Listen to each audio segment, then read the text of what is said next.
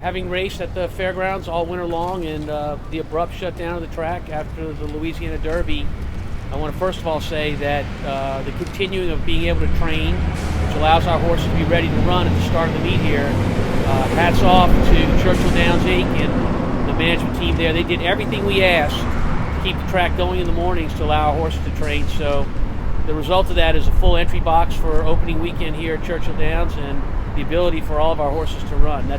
That's big for us. Tom, describe the scene in the stable areas. What's it like there with the restrictions? Well, there are a great many protocols right now on the backside. Facial masks at all times. The protocols to get into the racetrack are extraordinary and very, very efficient. Temperatures taken, results of COVID tests, which I've had before I came onto the track, and I'm required to have, having come from New Orleans, as is all of my help. And armbands every day to make sure that we've been registered to come into the racetrack.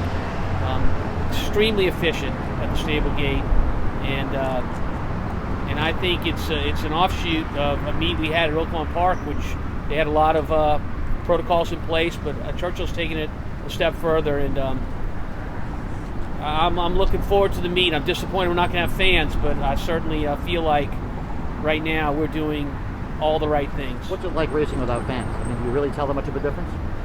Yes. So I'll give you a good example, Fred. So Serengeti Epirus wins the big Azeri Stakes at Oaklawn Park. Very, very big win. Her first win since she won the Kentucky Oaks last year. And Oaklawn is a track that draws big crowds, and they're smart racing people, just like here at Churchill Downs. And to have no one there to witness it, I'm not going to call it a disappointment because it was a great win, but certainly took away from her performance.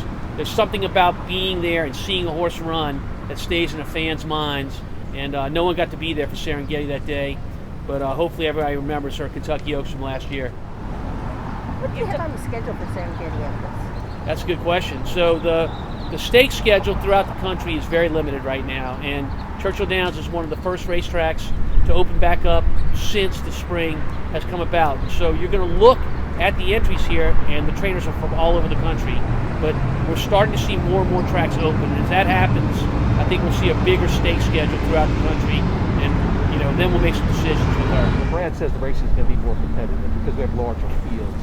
How do you see these fields? Well, Brad was the first one to speak here, and I came behind him, as many of my horses do when I run against Brad.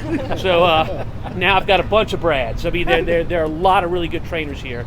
From a standpoint of handicapping, the races are going to be great for the better. They're going to offer value, big fields, a lot of opportunities to take advantage of a nice odds on a horse that has a big chance to win. From a trainer's point of view, you're just not going to win that often, or as often as you used to.